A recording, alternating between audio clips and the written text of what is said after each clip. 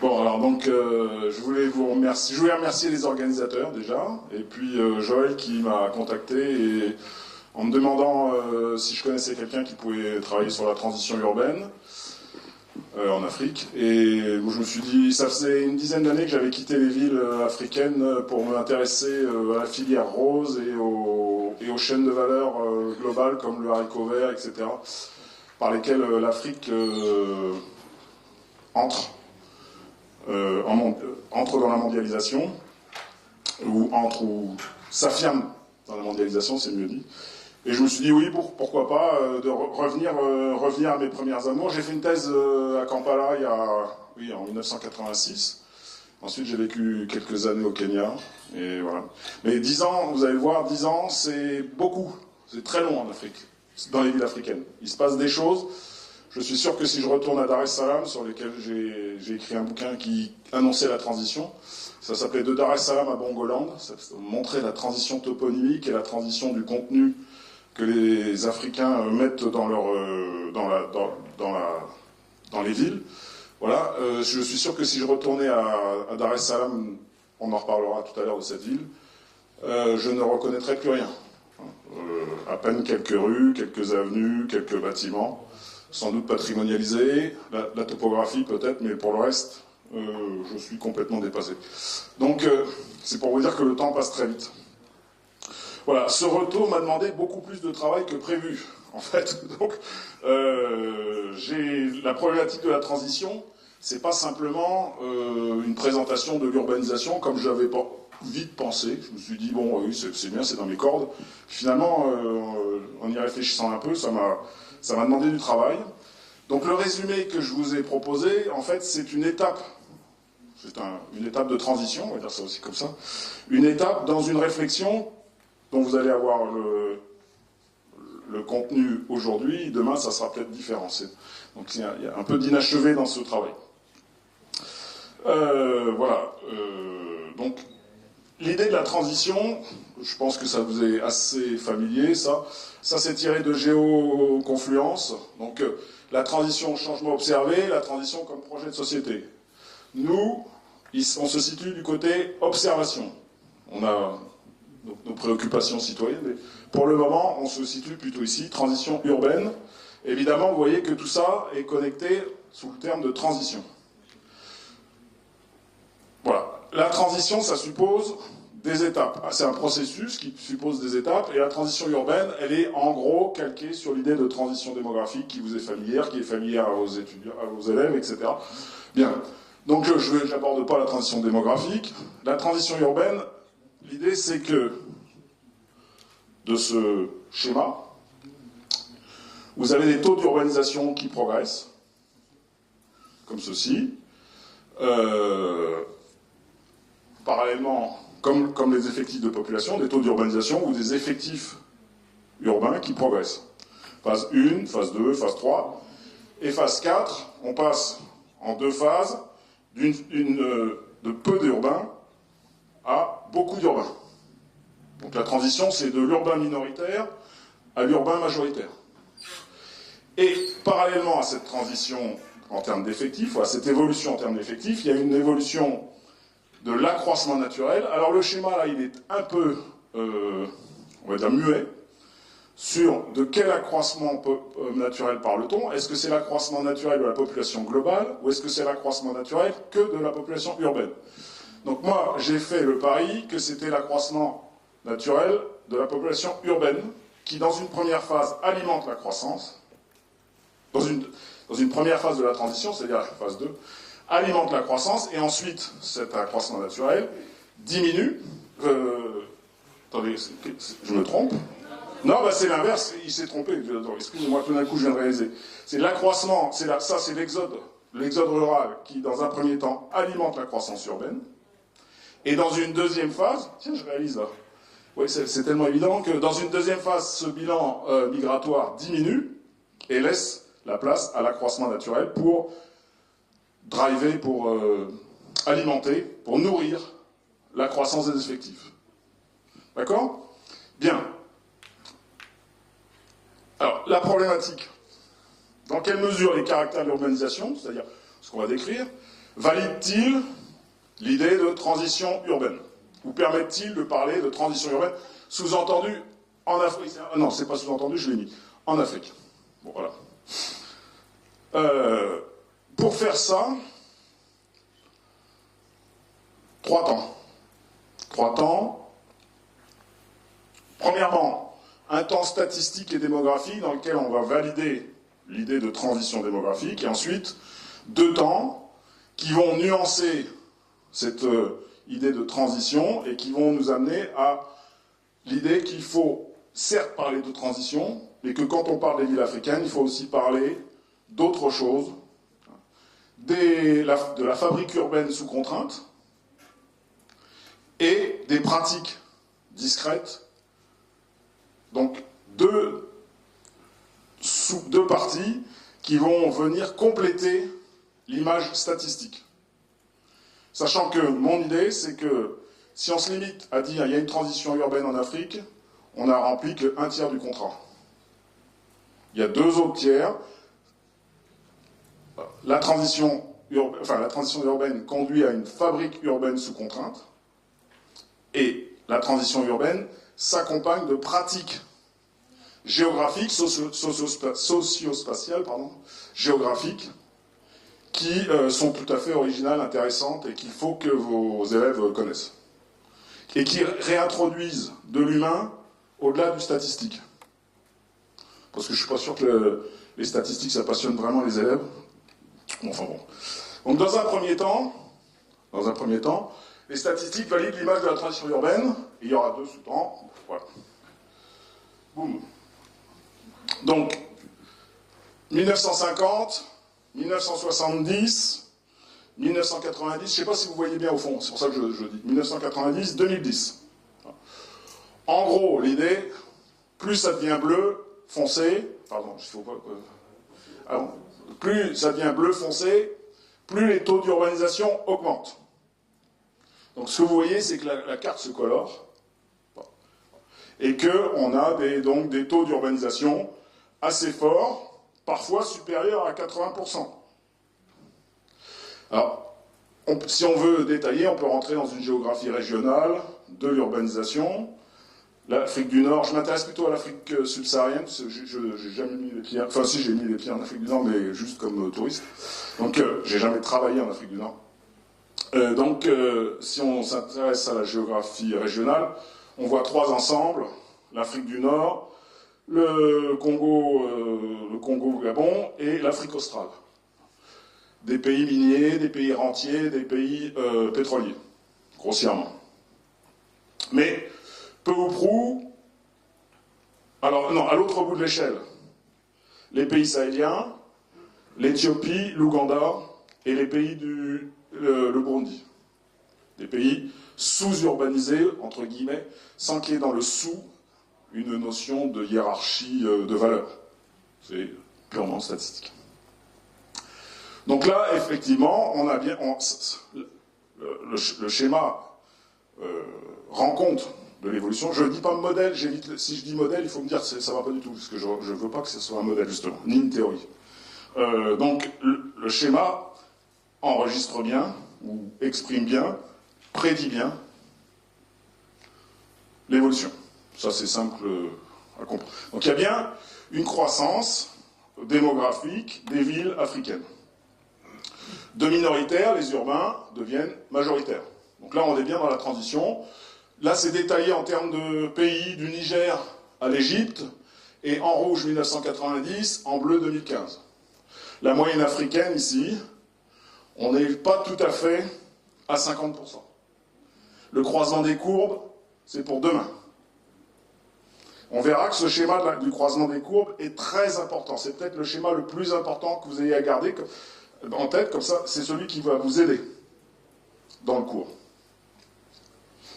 Donc, des États très urbanisés, alors, tout à l'heure, et puis des États moins urbanisés, et puis des États qui ont connu des progressions spectaculaires, le Rwanda, de moins de 10% avant le génocide, sous urbanisation, à aujourd'hui plus de 50%.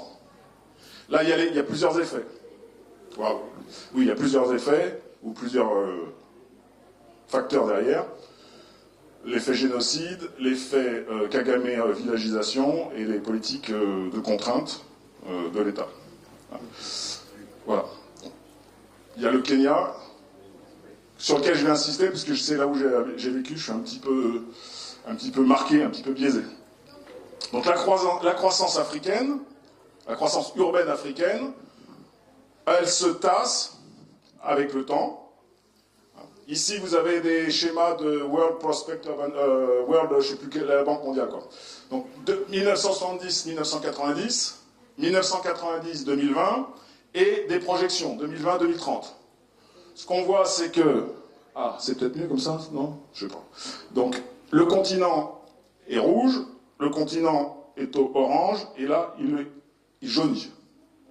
Ça signifie quoi? Que les taux de croissance urbaine se tassent. Et en cela, on a à peu près, ça reflète un peu ce tassement en fin de période, en fin d'évolution. Ça va? Ça. Les rythmes de croissance, c'est un peu la même chose. En rouge, le moment du pic. En orange, le temps de la décroissance, et en vert et bleu, des taux beaucoup moins forts. On s'aperçoit que les moments forts de la croissance urbaine africaine sont juste après les indépendances. Donc aujourd'hui, on a encore des taux très forts, aux alentours de 5%, mais les pics, c'était avant les indépendances. Après les indépendances, juste après. Entre 1960 et 1985, en gros. Avec des exceptions, par exemple le Malawi, des exceptions qui font qu'il y a des reprises de croissance. Souvent c'est après les 2 décennies perdues du développement, les décennies des plans d'ajustement structurel, 1980-2000. Et c'est souvent lié au mégacycle des matières premières et à la réinsertion, au retour de la croissance économique en Afrique. Et c'est lié aussi au... Bon, voilà. Non, sinon je vais partir loin, ça va pas le faire. Conséquences spatiales. Conséquences spatiales, c'est l'étalement urbain. Donc là, c'est une ville pour laquelle j'ai un peu d'affection, parce que c'est là où j'ai fait ma thèse. 30 km d'est en ouest, c'est Kampala. 1974, la tâche urbaine est minuscule. Hein, c'est juste là. Tâche urbaine minuscule. 2008, l'emprise, la tâche urbaine s'est étendue, s'est étalée dans tous les sens. Au nord, au sud, à l'est, à l'ouest. Le long de... Donc, on a une tâche urbaine qui a été multipliée par plus de 15. Par plus de 15. Alors que les effectifs ont été... Oui, aussi... Enfin, on est passé de 200 000 à 2 millions. Ça fait multiplier par 10. Ah, donc... De la différence entre les deux, on peut tout de suite émettre, enfin, je peux avancer l'idée de l'horizontalité majoritaire de l'expansion urbaine. Ça, c'est une caractéristique africaine qui fait que ça pèse sur les coûts de l'urbanisation. On verra tout à l'heure une ville qui échappe à cette loi de l'horizontalité de l'extension urbaine, mais à Nairobi en l'occurrence, mais la majeure partie des extensions urbaines africaines se font horizontalement. C'est un modèle. Si vous faites des transects urbains, ça les élèves aiment bien, faire des transects urbains, c'est une des caractéristiques des villes africaines. Cet étalement qui pèse donc sur la voirie et les réseaux divers et qui pèse sur le coût de l'urbanisation, évidemment. Sur les coûts de l'urbanisation. Étalement urbain, un autre exemple à Bamako, tiré de de l'ouvrage d'une de mes anciennes camarades, Monique Bertrand, qui a travaillé à Bamako, qui travaille au Mali depuis toujours, et qui vient de sortir un bouquin, Bamako, de la ville à l'agglomération. Alors ça, c'est la situation avant 96. Cette tâche urbaine, on la retrouve sur la situation depuis 96, c'est la tâche jaune. Et depuis 1996, c'est-à-dire en 96, 2006, en gros en 20 ans, tout ce qui est en orange, en rouge. Donc, ça vous montre le corollaire spatial de l'accroissement démographique, le corollaire spatial de la dynamique statistique. Donc le corollaire, là aussi on peut parler de transition. L'effet de la transition, c'est l'étalement. Le moteur de l'étalement, c'est ça. Ça ou les petites huttes dans un contexte totalement différent, ça c'est de l'étalement urbain. Voilà, ça prend cet aspect-là dans un contexte semi-désertique. On est dans le nord du Kenya, les gens rêvent de ça quand ils sont en ville. Alors c'est des pasteurs, donc le premier stade de la construction, c'est des huttes, des krals, et puis le deuxième stade, quand on s'enrichit un peu, quand on se stabilise, c'est la case avec la tôle ondulée. Autre version, cette fois-ci à la périphérie d'une énorme ville, Nairobi. Donc ça, c'est la version en parpaing. Et une version où on commence à deviner ségrégation. Des toits en tuiles, et puis ici, on aura des toits en tôle. Et puis, en même temps, on commence à deviner aussi l'amorce d'une planification urbaine avec des quartiers anciennement lotis il y a 5 ans, et puis des quartiers en cours de lotissement. Mais c'est ça le rêve des gens, quand ils viennent en ville. La conséquence, étalement spatial, conséquence, densification du semi. Le nombre de villes a été multiplié par 12 depuis 1950. Il n'y a pas de faute d'orthographe en Afrique, hein, j'ai fait exprès. Donc, c'est le rôle de la promotion des petits villages ou des shopping centers ou des centres commerciaux en ville, qui se transforment donc en ville. Le nombre de villes a été multiplié par 12, on passe de 618 à 7617 pour l'Afrique subsaharienne. Vous imaginez juste si en France, tout d'un coup, enfin en France ou en Europe plutôt, puisqu'on réfléchit à l'échelle continentale, on multipliait soudainement le nombre de villes par 12. Voilà, ça parle un peu de quoi ça dit.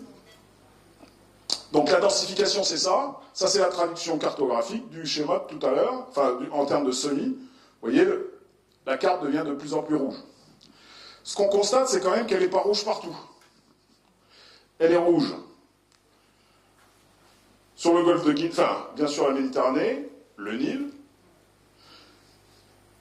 le golfe de Guinée, les hautes terres éthiopiennes, 120 millions d'habitants quand même, en Éthiopie, les hautes terres d'Afrique de l'Est, et puis plutôt l'Afrique du Sud minière, avec le Cap ici, et ici les mines du Copperbelt et les mines de la République démocratique du Congo.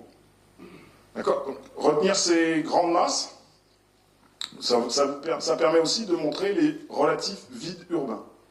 De montrer que cette densification du semi, elle est en cours. Sans surprise, voilà, il faut aussi dire, il y a des villes là où il y a des hommes. Donc, ça correspond aux fortes densités. Et il y a des villes là où il y a des ressources. Mines, surtout. Et là par où les ressources transitent pour aller à l'extérieur, puisqu'on a affaire à une économie extravertie. Ça permet d'introduire ça. Bien. Exemple ougandais, 1960, 1980, 2000, 2020. C'est des estimations, 2020, mais bon, on n'est pas loin. Pourquoi j'ai mis ça premièrement, parce que ça m'a rappelé des souvenirs. Et deuxièmement, bah oui, il faut se faire plaisir aussi quand on fait court, sinon ça va pas. Deuxièmement, c'est pour vous dire, une idée est forte, la promotion urbaine, elle est d'abord le fait de l'État. La ville progresse avec l'État. C'est pas le seul acteur.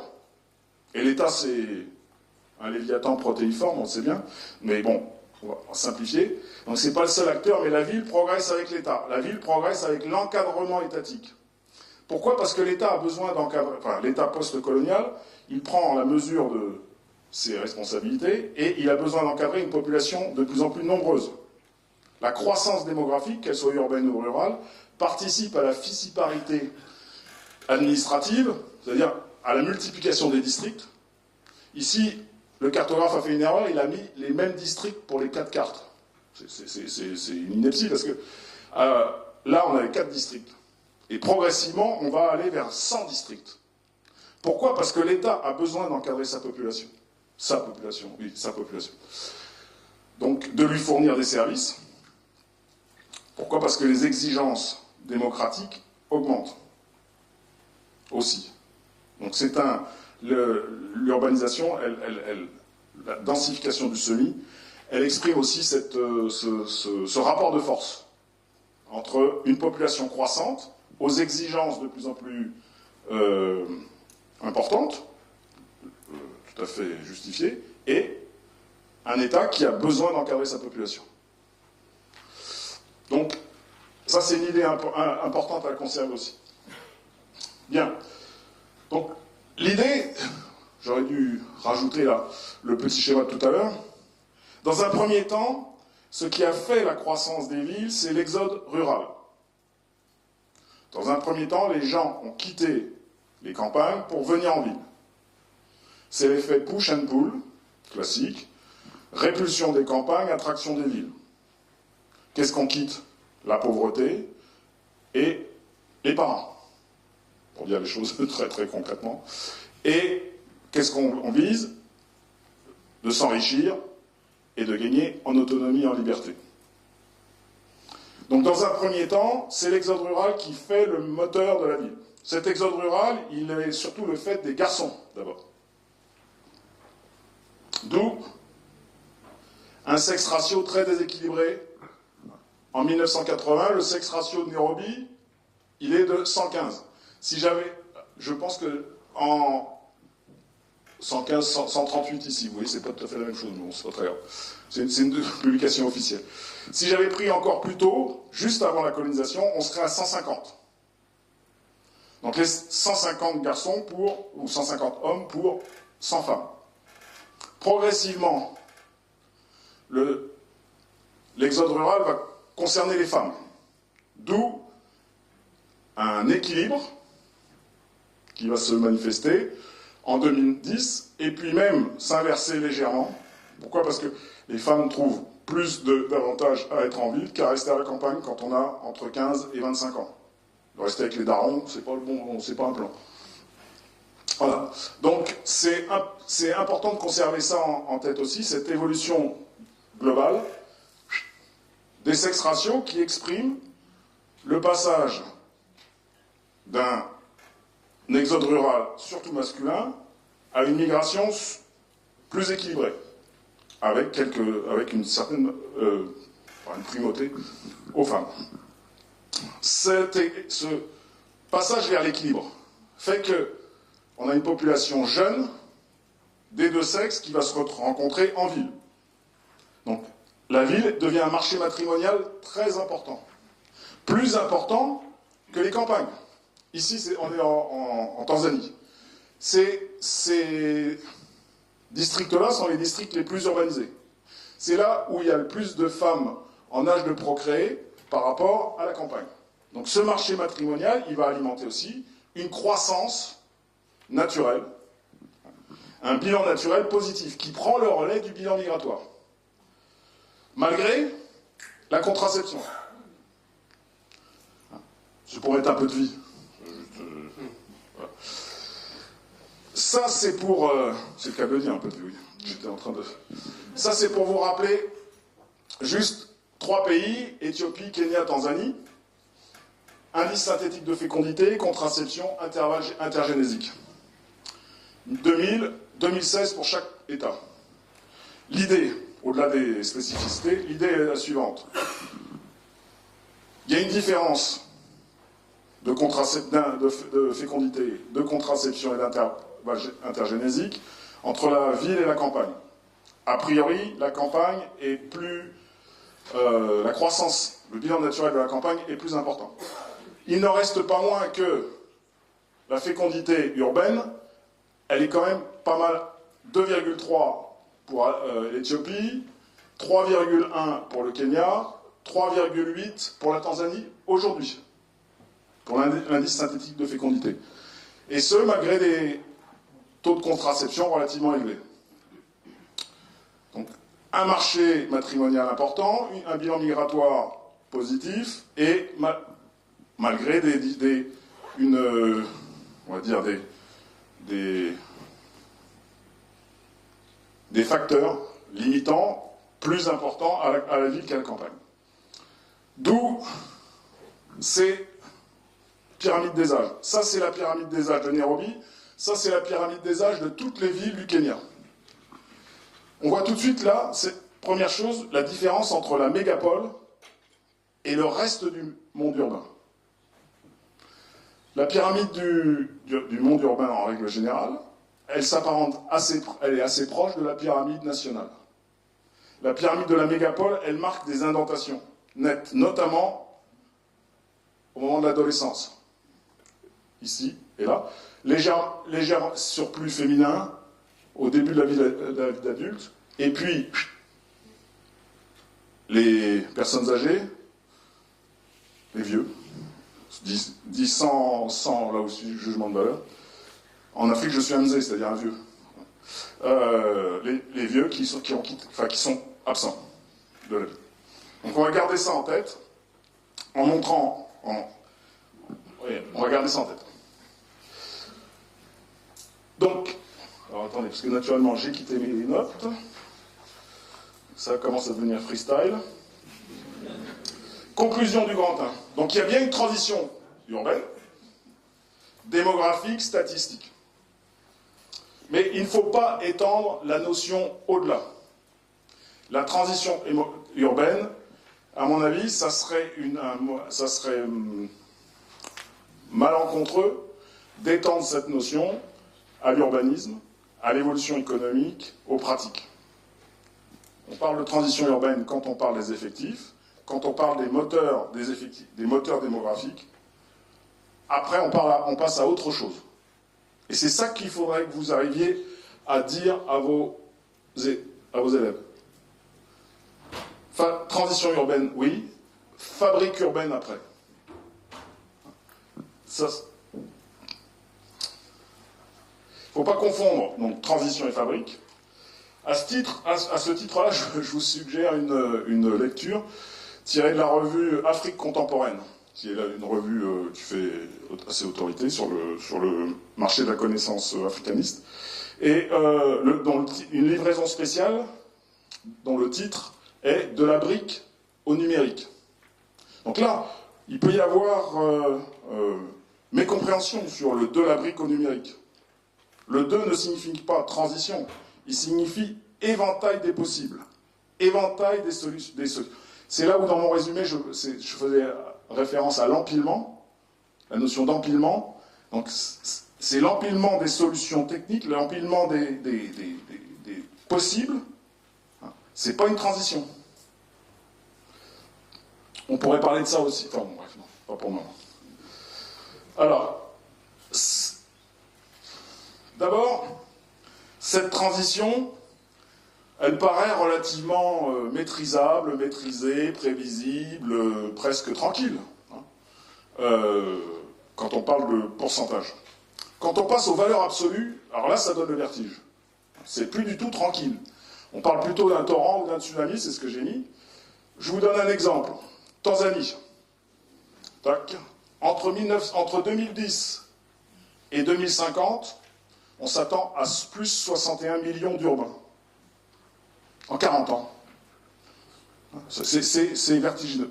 Il y a des projections des projections à la base qu'elles valent, des projections qui donnent 73 millions d'habitants pour Dar es Salaam en 2100. On sera mort. Mais quand même, c'est l'idée qu'on puisse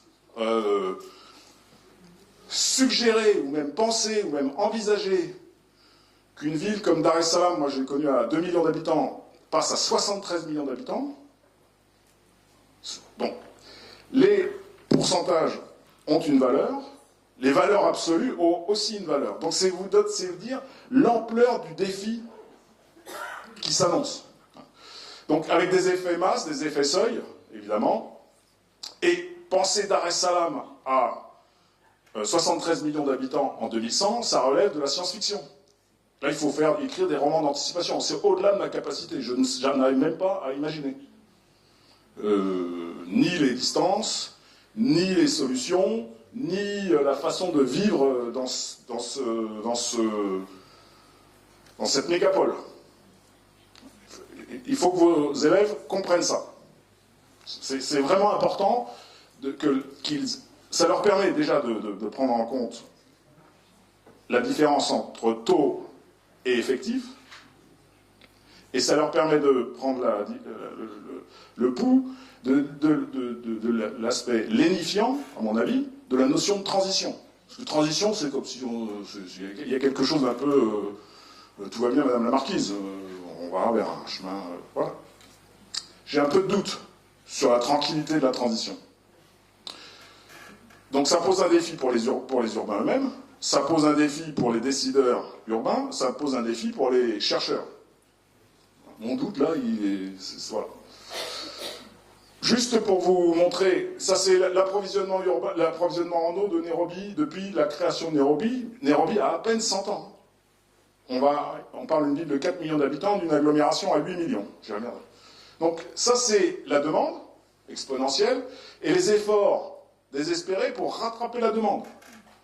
Aujourd'hui on est quelque part par là, c'est raté. C'est raté. C'est-à-dire que ce qui est important là aussi, c'est que cette croissance urbaine, elle met à mal le mythe de l'universalité de l'accès aux services publics. Ça c'est très important, pourquoi? Parce que les colonisateurs, quand ils sont arrivés, quand ils ont pris possession, ont amené avec eux ce modèle de l'accès aux services publics. Donc, l'idée de l'universalité de l'accès aux services publics, là c'est l'exemple de l'eau, mais ça pourrait être d'autres, il a fait long feu.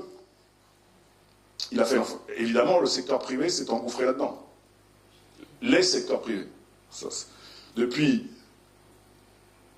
on en parlera tout à l'heure, j'avance, l'informel jusqu'à la multinationale.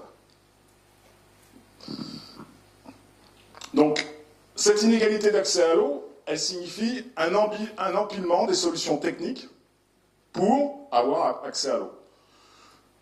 Là, c'est juste pour vous dire, ça c'est la bande fontaine, ça c'est le vendeur urbain avec ses jerrycans, vous avez différents types de vendeurs urbains, j'aurais pu mettre des photos, le type avec ses jerrycans, le type avec une espèce de brouette et puis un fût de 200 litres, ou bien le type qui est un peu plus riche, il a une camionnette, un camion, et il vous remplit votre réservoir. Et puis, les robinets dans la compound, comment on dit ça, dans la parcelle collective, et puis le robinet à l'étage, si vous voulez, sauf que comme c'est robinet partagé. Et puis ici, le robinet privé. Donc, des solutions. Mais vous avez le puits, vous avez la rivière, vous avez la bouteille, les bouteilles, etc., etc. Donc, je pourrais mettre la même chose pour l'accès à l'énergie de cuisine. Alors tout le monde rêve de la fin du charbon de bois. Ça serait super, parce que les ménagères africaines, elles cuisinent avec du charbon de bois ou du bois, hein, pour beaucoup. Et il y a le contre-exemple mexicain ou latino-américain, où les gens ont des petits machins à gaz, des trucs comme ça. Donc tout le monde rêve de ça, évidemment dans le cadre de la transition écologique. Ça ne va pas se passer comme ça. Les villes africaines vont continuer de consommer du charbon de bois à peu près au même niveau. Et au-dessus, il y aura des gens qui vont s'équiper, ou il y a de choses avec du kérosène, de choses avec du gaz, des choses avec de l'électricité. Donc c'est un empilement. C'est un peu la même chose que chez nous, mais là, ça se complique. Enfin, je trouve que ça se complexifie. Voilà.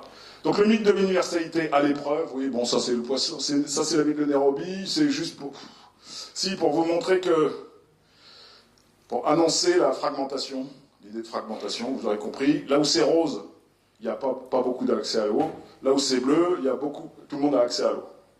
Ce qui est intéressant, c'est qu'en apparence, la ville est bien desservie. Le problème, c'est que les gens se concentrent là où il n'y a pas d'eau.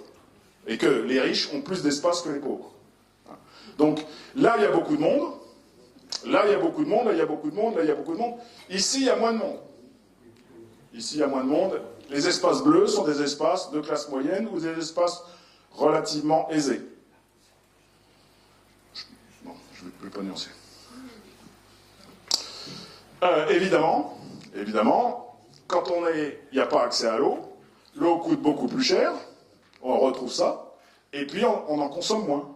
Donc on rentre dans une ville où de pénurie, de panne, de restrictions, de modération dans la consommation d'eau, même, de frustration, de recyclage, j'ai oublié, de recyclage. Et qu'est-ce que vous faites dans ce moment quand vous êtes contraint de ne pas consommer d'eau et que vous êtes soumis à vous criser? Donc on est dans une ville de crise.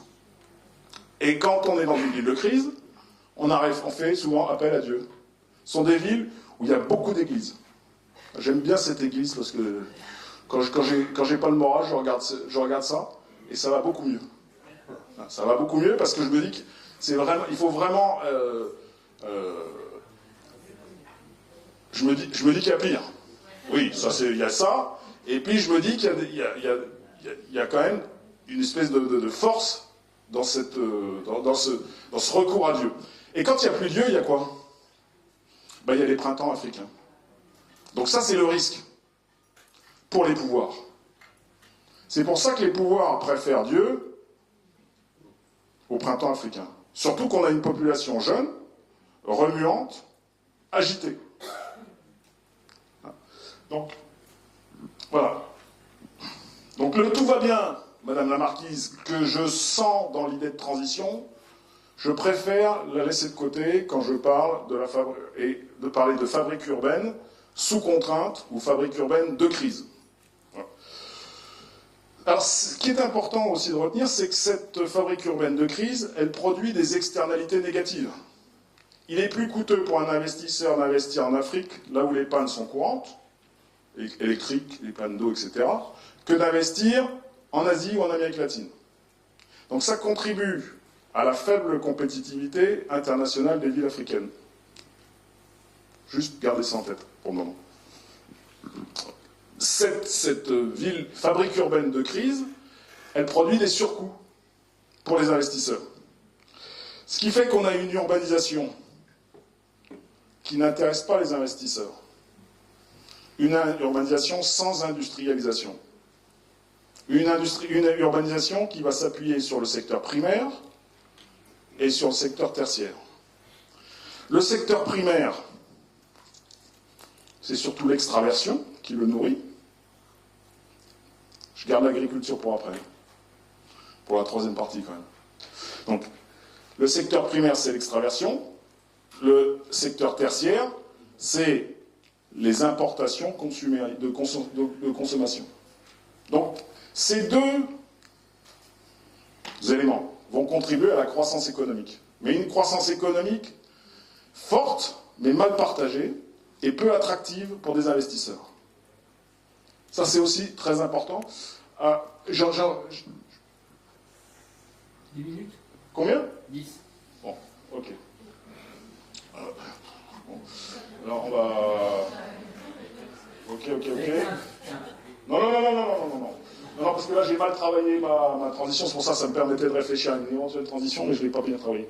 Donc, cette ville, c'est aussi une ville fragmentée. Une ville fragmentée, on va faire juste un petit passage dans la ville de Nairobi. Ça, c'est un slum, donc un taudis. C'est pas un bidonville, surtout. Ne dites pas ça. Hein, et dites si, c'est un bidonville. Non, c'est pas un bidonville. C'est un taudis. Un taudis, là-dedans, 80% des gens payent leur loyer. Oui. Tout le monde est locataire là-dedans. Et locataire de propriétaires qui sont squatteurs. Il y a 250 000 personnes dans ce taudis-là.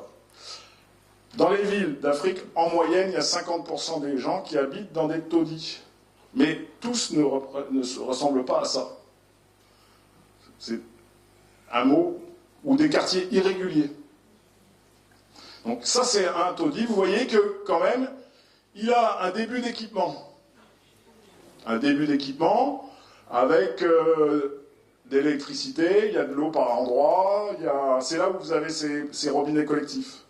Chaque porte, là c'est une école, mais chaque porte, on ne voit pas bien, chaque porte, il y a une famille, de 3 à 4 personnes.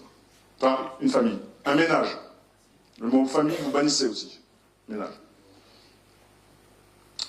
Autre exemple de slum, cette fois-ci beaucoup plus en dur. Ça, on est dans l'irrégulier. Enfin, mais vous voyez que ça, c'est un des exemples de villes verticales, avec des très fortes densités. Vous voyez aussi que c'est tout près d'une autoroute. Petit cas super highway là-dessus où vous roulez à 140. Quand il n'y a personne. Donc, on roule à gauche. Je vous répète, juste pour dans ce pays-là. Voilà, ça peut donner ça, des cohabitations curieuses entre deux types de slums, juste côte à côte, en fonction de la promotion immobilière, en fonction des rapports de force avec l'urbanisme, des rapports de force et de corruption plus ou moins, de collusion, etc., etc. Classe moyenne. Alors on est dans le Green City. Et puis, classe moyenne, on se bunkérise. Hein. La fragmentation amène à la montée de la violence.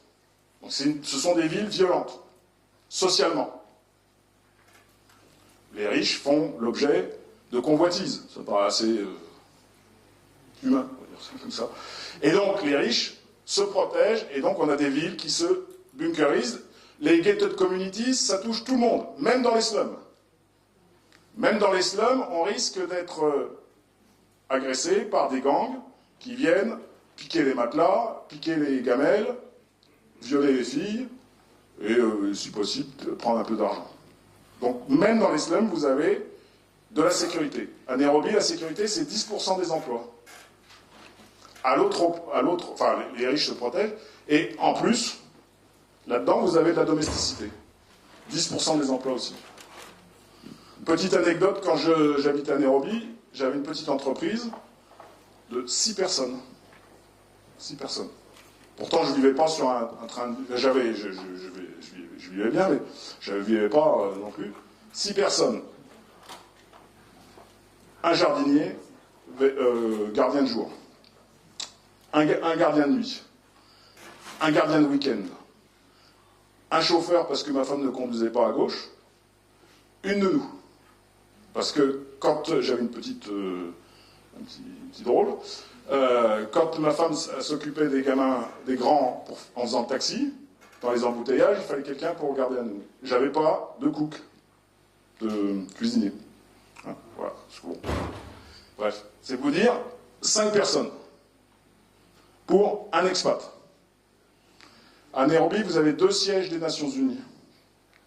UN Habitat et Nations Unies Habitat et Nations Unies, le programme des Nations Unies pour l'environnement.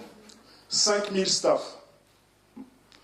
Un fonctionnaire des Nations Unies, il gagne 4 fois ce qu'on gagne nous. 4 fois. Donc, inutile de vous dire que là, il y a aussi... alors, comme il y a 2 agences des Nations Unies, il y a 180 ambassades. Plus tout l'écosystème diplomatique autour de l'environnement et autour de l'habitat. Je vous laisse imaginer... Et ça, c'est qu'un exemple. On va garder ça en tête. À côté, vous avez cette ville, elle est touchée par la mondialisation libérale. Et vous avez des morceaux de ville qui viennent se plaquer sur cette ville. Des morceaux de ville comme celle-ci, là, qui est rêvée, qui est située à 50 km du centre de Nairobi, et qui est la future Silicon Savannah. Morceau de ville, on pense qu'il y aura 70 000 emplois. Enfin, on pense. Non, 70 000 habitants, pardon. 20 000 emplois. Voilà. Morceau de ville, le centre-ville fait l'objet de rénovation, fait l'objet de nettoyages sociaux, est interdit aux mendiants, est interdit au transport public populaire, est interdit hawkers, comment vous dites ça en français? Les types qui se battent dans la rue, là, qui vous vendent des casquettes, des lunettes, des marchands de rue, voilà, des bonimenteurs marchands de rue. Hein, c'est interdit à des marchands de rue qui ne sont pas référencés. Autre exemple, une ville carrément, totalement construite sur une plantation de café. Cette plantation de café, elle appartenait à la famille d'Orléans en France, 6 000 hectares, qui a trouvé que c'était plus rentable dans les années 90, elle a été vendue à un fonds de pension, un fonds d'investissement russe, et puis aujourd'hui, on y rêve d'une ville comme ça. Donc des morceaux de ville totalement des enclaves. Là, vous avez une future gated community qui doit accueillir environ 80 000 personnes. C'est là où il y a 80 000 personnes. Ça s'appelle Tattoo City. Tattoo City, ça veut dire la ville 3. Tattoo, c'est 3. Et puis, cette ville, elle est mondialisée. Vous avez à côté des marchés, comme on en a vu tout à l'heure, des supermarchés. Et ce sont des villes qui sont touchées par la révolution des supermarchés. Zoom. Donc les ressorts de l'insertion mondiale des États africains, c'est l'extraversion minière, pétrolière, agricole. Et c'est l'importation de biens de consommation pour cette classe moyenne qui se nourrit des projets et de la mondialisation. Qu'est-ce qui reste pour la majorité? Il reste l'informel. L'informel, j'aime bien cette photo, vous avez 3 générations, elle est forte. Vous avez 3 générations, c'est des gens qui vivent de ça, de la vente, et qui ont les mêmes rêves que nous. C'est pas du tout des miséreux. Voilà. Ça, il faut aussi que vos élèves comprennent que c'est pas un monde de misère. C'est un monde où la pauvreté est forte, mais il faut arrêter de dire des bidonvilles, la misère. Non, c'est un monde de... La fabrique urbaine de crise sous contrainte, c'est un monde violent, mais c'est pas non plus un monde où les gens restent les 2 pieds dans le même sabot et subissent. C'est un monde où il n'y a que de l'initiative. Et plus, beaucoup plus... Quand je vais en Afrique, enfin dans ces villes-là en tout cas, à chaque fois je reviens plus jeune que je ne suis parti. Un bain de jouvence. De quoi ils vivent aussi? Eh bien de l'agriculture. Là c'est le pastoralisme, mais bon, ça peut être autre chose. 15% des emplois sont des emplois agricoles. Et cette ville de Nairobi, qui est une mégapole très orientée, très ouverte, avec ses 2 agences, elle a fait l'objet d'un bouquin qui s'appelle City of Farmers. C'est-à-dire, ce sont des villageois, des urbains qui pratiquent l'agriculture. Et ne croyez pas que c'est les nouveaux urbains qui pratiquent l'agriculture. Pour être un agriculteur en ville, il faut très bien connaître la ville. Parce qu'il faut savoir où vous allez planter, ce que vous pouvez faire et où sont les ressources. Donc ce sont des vieux urbains qui ont les ressources pour pratiquer l'agriculture. Et là, j'aboutis... Bon, alors ça c'est bon, d'accord. J'aboutis à mon grand 3. Le plus intéressant peut-être, c'est le fait que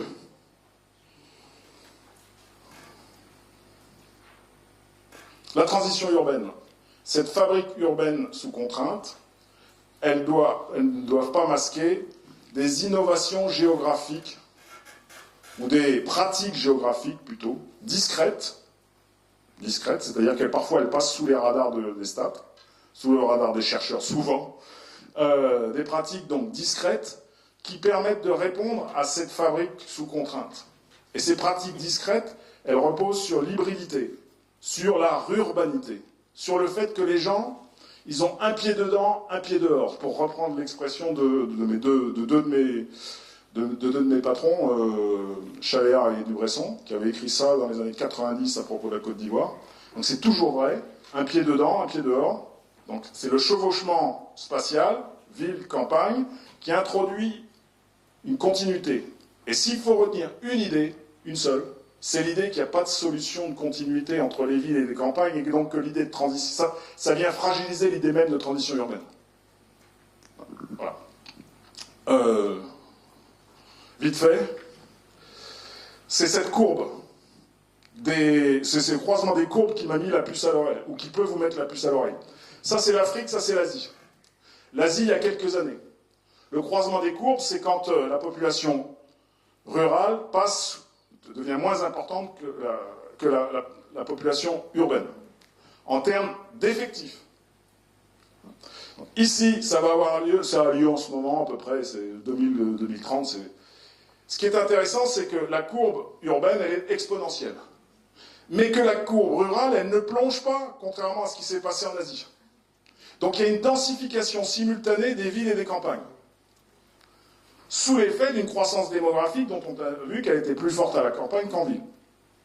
Ce croisement des courbes, c'est tiré de l'atlas de l'Afrique AFD. Bon, pas passant. Oui, bon, alors, là aussi, parce que sinon...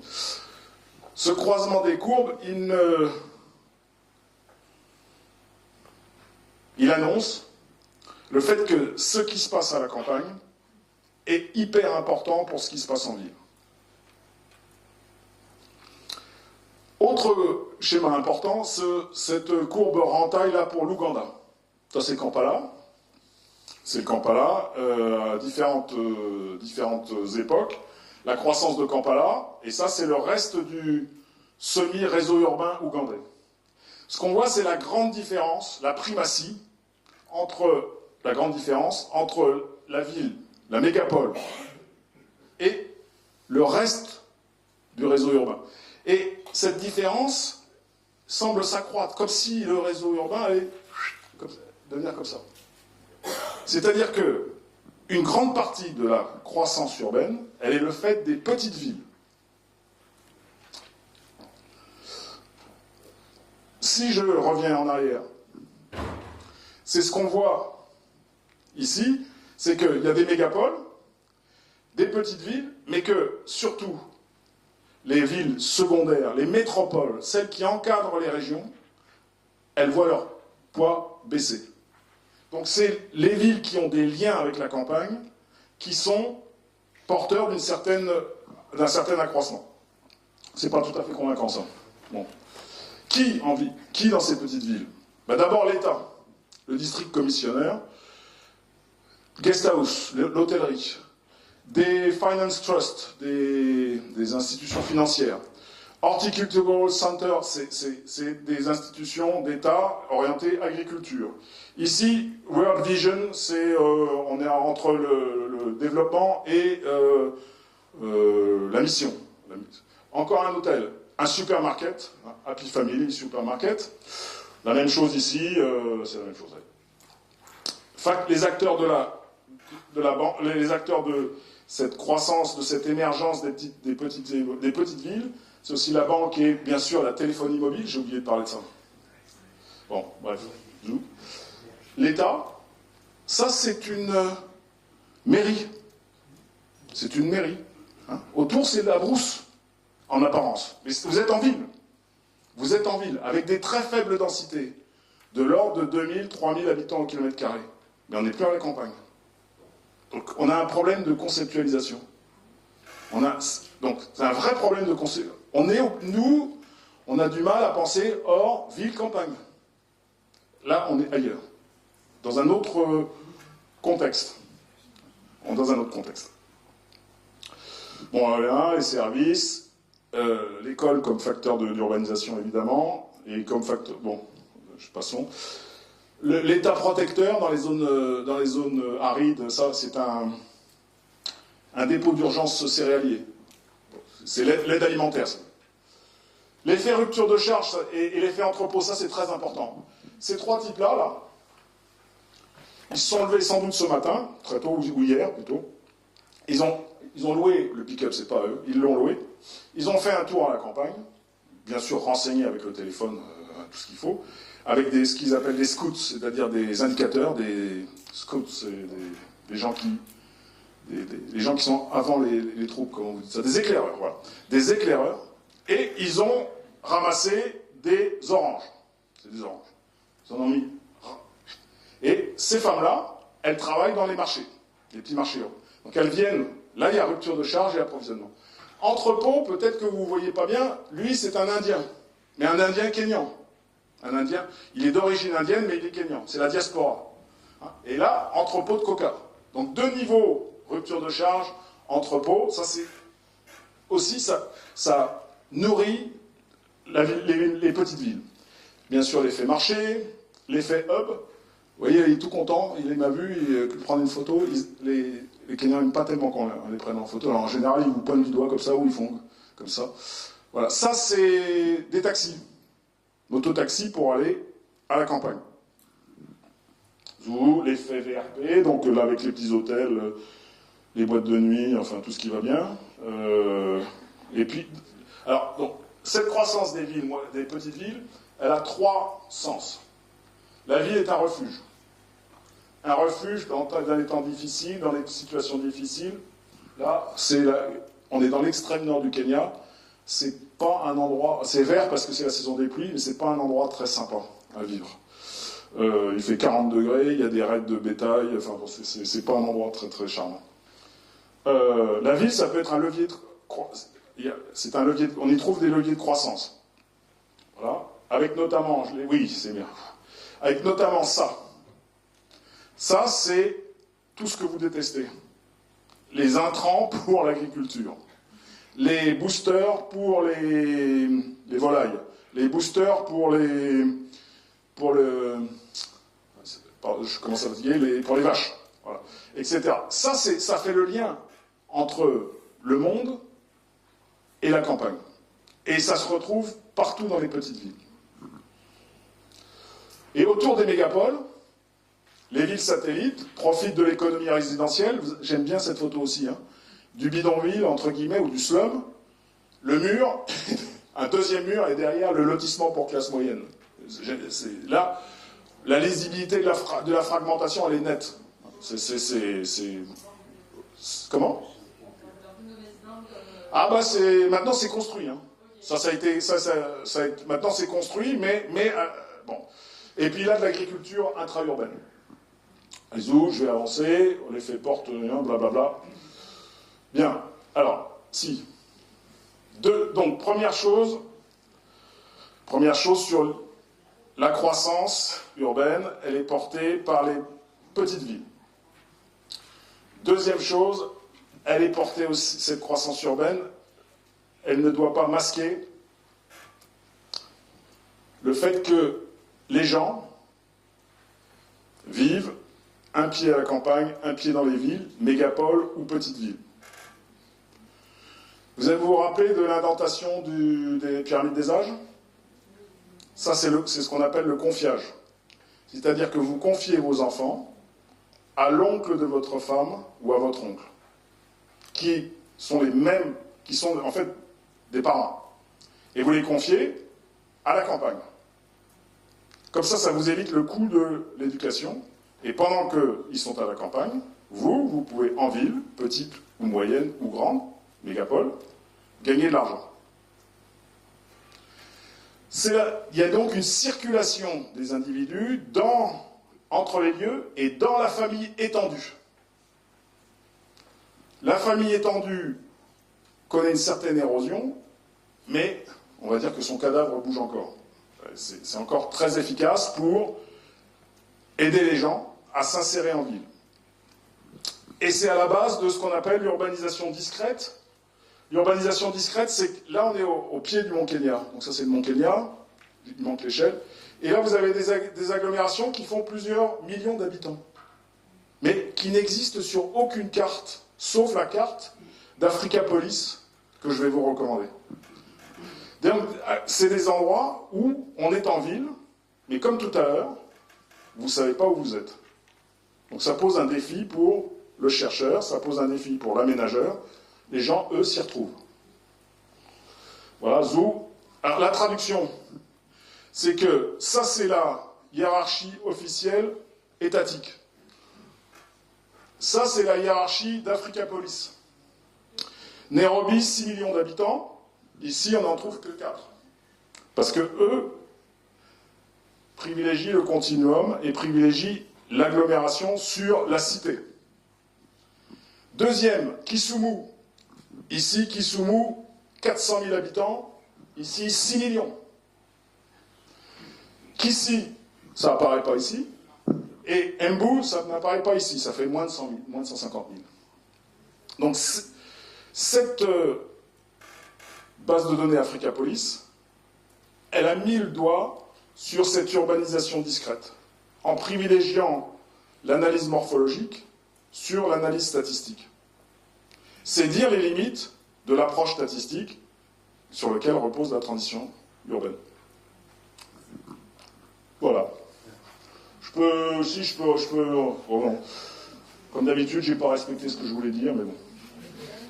C'est pas grave. Allez.